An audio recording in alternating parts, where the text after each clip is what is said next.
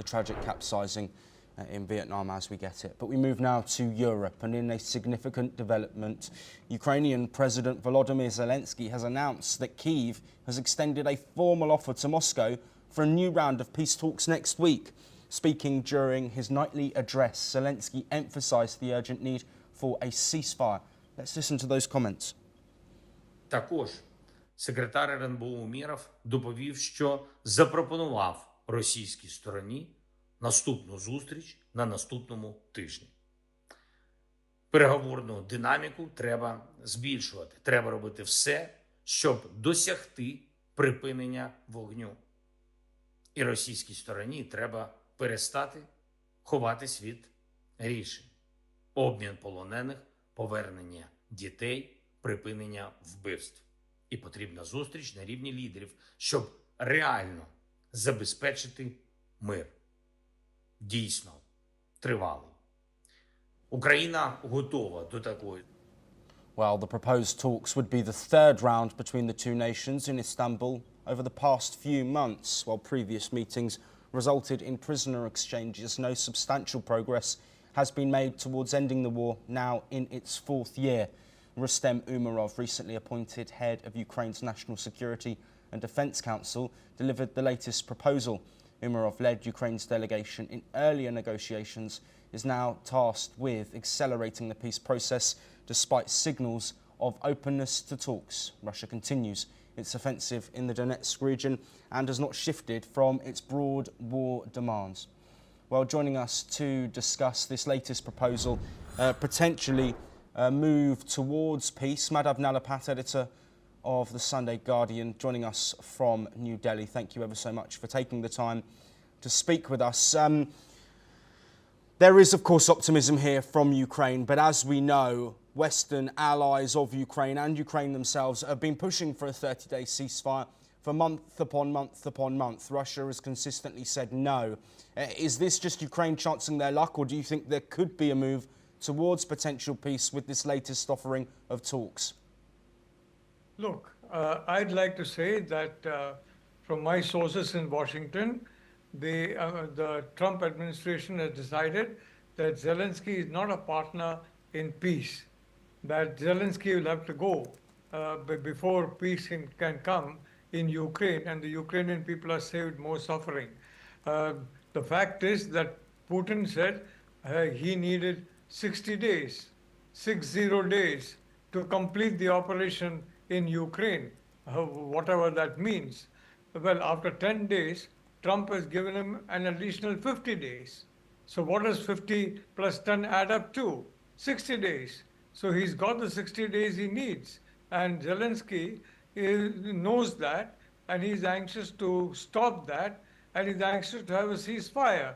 I don't believe the Russians are going to stop firing so long as Zelensky is the president, one, and two, until they finally ensure that Ukraine is completely in a position where they want it to be. For that, Putin had himself said that they need 60 days. Well, he's got the 60 days from President Trump. Now, the Europeans can step in and do what they like, and frankly, the Americans are sitting pretty because the Europeans are spending the money and the Americans are collecting the cash and sending weapons to Ukraine, which of course Ukraine is using. For example, the Donetsk region today, there was a very deadly Ukrainian missile attack using American HIMARS and very advanced systems, and it did considerable damage. But the reality is that Zelensky now knows that the Americans don't regard him as a partner in peace, whereas the Europeans cling on to him as a partner in their ceaseless, and if I may say so, senseless quest to basically, weaken Russia to the extent to which it becomes necessary for Putin to go.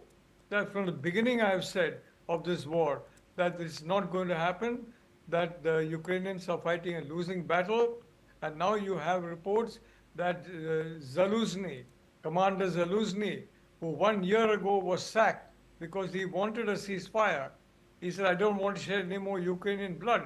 Let's stop this shedding of blood. let's stop further encroachment into our territory. And Zelensky was sacked. And now I'm told that there's a very strong view in Ukraine that Zelensky should come back. So some of the latest polls say that about 69% of the Ukrainian voters want Zelensky. What does that mean? They want peace. And Putin has got his 60 days. The Europeans he's sitting pretty as far as Donald Trump is concerned, and he's sitting pretty. He is making money. The Europeans are spending the money, and eventually European taxpayers are going to ask, what are we spending all this money for? Because all the money they're spending, a lot of that is now ending up in American weapon supplies. The Americans are demanding cash on the dollar for every weapon supplied. Nothing is free. The Europeans are providing the cash and the Americans are providing the weapons. And that's been seen as a big quote-unquote breakthrough. There's no breakthrough. There's not going to be any peace so long as Zelensky is there, is what the Americans feel, and frankly what the Russians feel. And they're going to continue with this offensive for as long as it takes. If it takes as much as 50 days more, 50 days more. But they're not going to stop until they've achieved the objectives in Ukraine. And in the meantime, there's a groundswell that Zelensky must resign. And as I said, Zelensky is very popular. 1 year ago, he was sacked. Now, Zelensky has sacked some of his key lieutenants, some of his key ministers in a desperate bid for survival. But I think, frankly, what he's headed for is exile. And I think Zelensky will come. And then there will be a peace Madam deal. Nalapat, unfortunately, we are out of time, but thank you ever so much for joining us and providing that insight there. We do move on briefly to North America, where a driver has been charged with